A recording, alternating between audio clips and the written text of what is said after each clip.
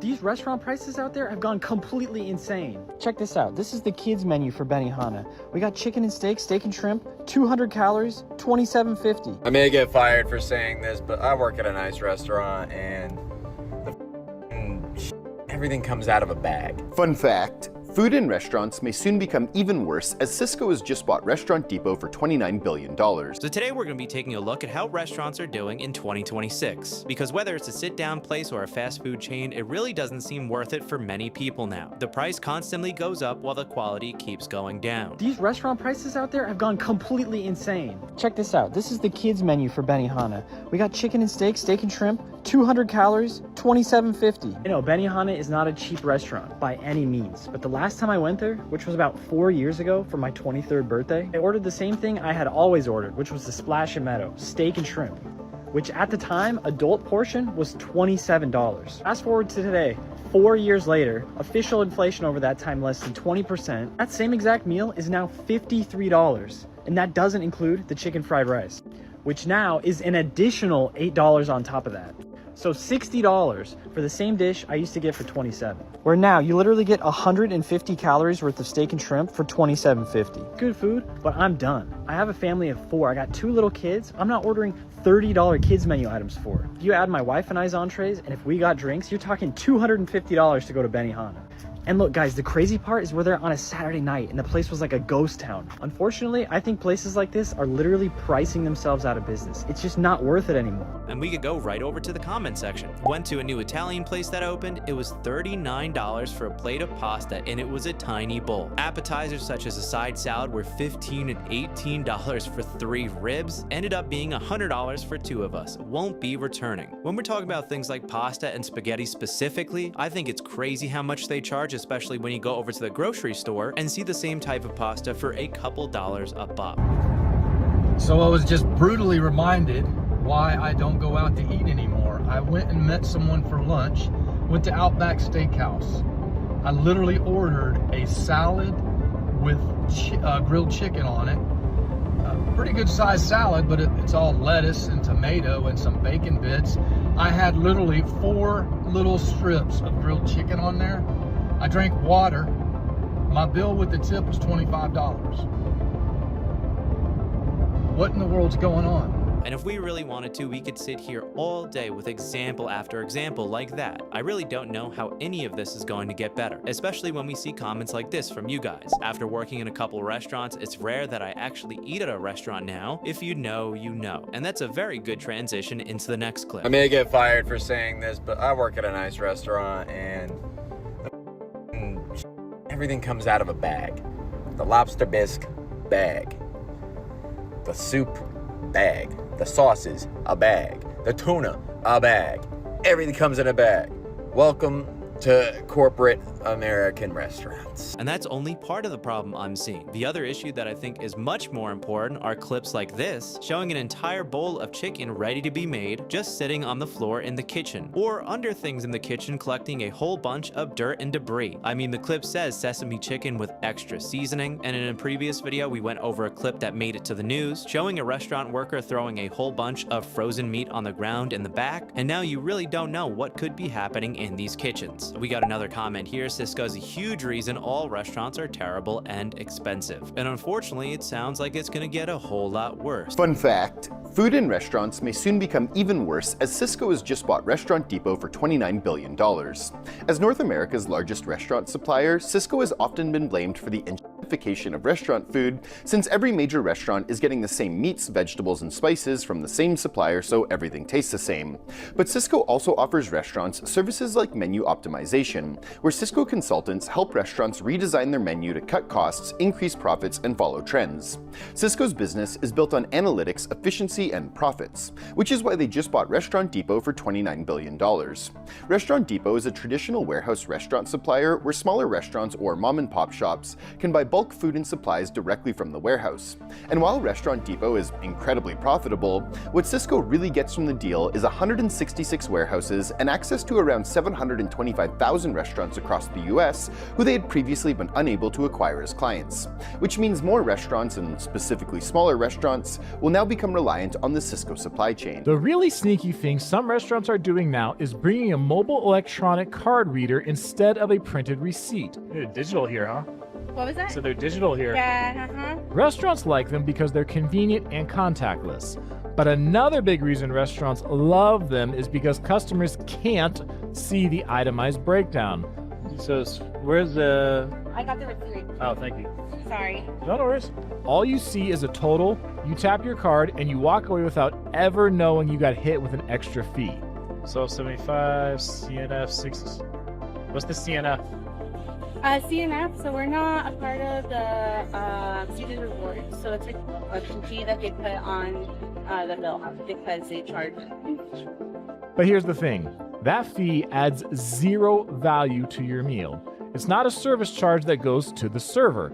It goes into the restaurant's pockets, and they count on tourists not noticing or not caring enough to ask about it. The CNF fee may not seem like a lot, but if you end up eating at several strip restaurants that charge the fee, that money definitely adds up over time, and it's money you could have used to have fun. This seems illegal. Why do we have to advocate for ourselves constantly? I don't care if it's only 10 cents, it doesn't matter. It's a matter of principle. And I bet this happens a lot more than you think because more people are using these contactless machines. So all you do is tap your card and never see the itemized list with how much everything costs. But we got one up on screen right here of a receipt that had a 3% kitchen appreciation fee. Literally just sounds like they're making things up to charge you for. So I just finished eating at a restaurant and I was kind of in a rush and I saw there was a QR code on my table to pay the bill, so I did that.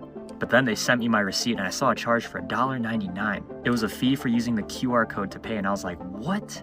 So I told the manager I had no idea about this fee and he kindly waived it. Like, bro, I'm so tired of these restaurants having sneaky on their bills. To be fair, this fee is technically not the restaurant's fault. It's Sunday, the platform that uses the QR code to pay. But I do fault the restaurant for pairing up with this sorry platform.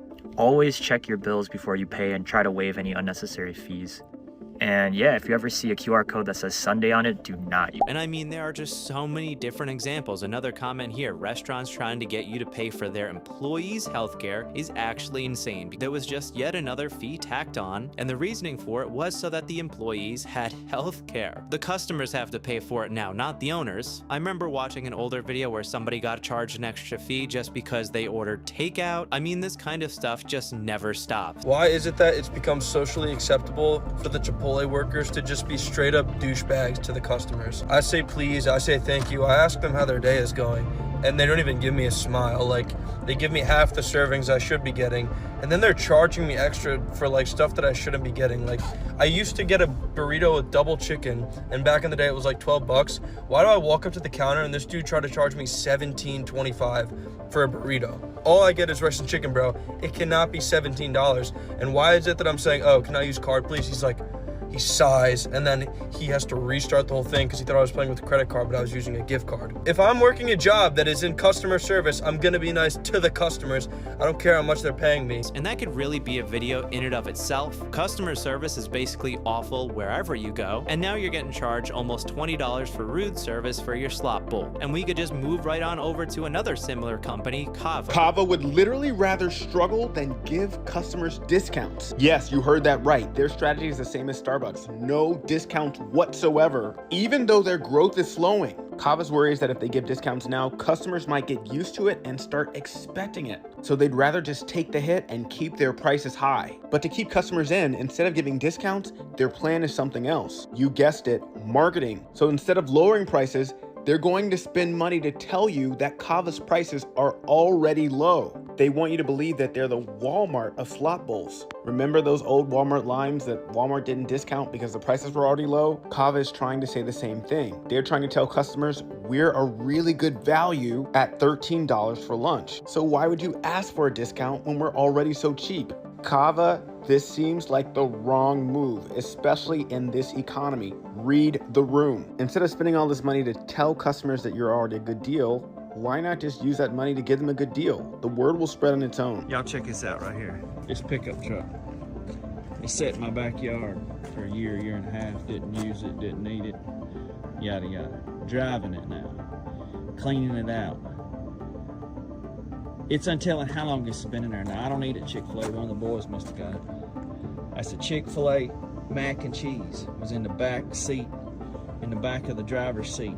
Untelling how long it's been in there. Over a year and a half, I know. Probably close to 2 years.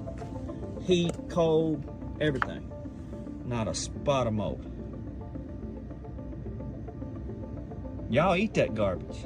And especially with Chick-fil-A, people love to argue it because it is technically better than places like Wendy's or McDonald's. But at the end of the day, none of this stuff is good for you. I think honestly, the restaurant business is probably over anyway in the next 4 or 5 years. Like, who can keep up with the demand and the cost of it? I don't even remember the last time I even went to a restaurant, to be honest. How could we serve Sysco food different than our competitors? The tipping drives me crazy. Pay your workers, shake my head. And the result of this is people not going anymore and restaurants having to close. And after only 9 months, 5 months open, I decided to close down my restaurant. Another clip saying the economy is really hitting right now. What seems to look like to be a server with a completely dead restaurant. But I don't think anything's going to change as long as we see prices like this. Plate right there. How much is that right there? The 3-meat plate is $30. Okay. And then he's gonna get 2 sides.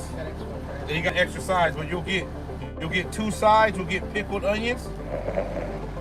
You'll get barbecue sauce and a slice of white bread.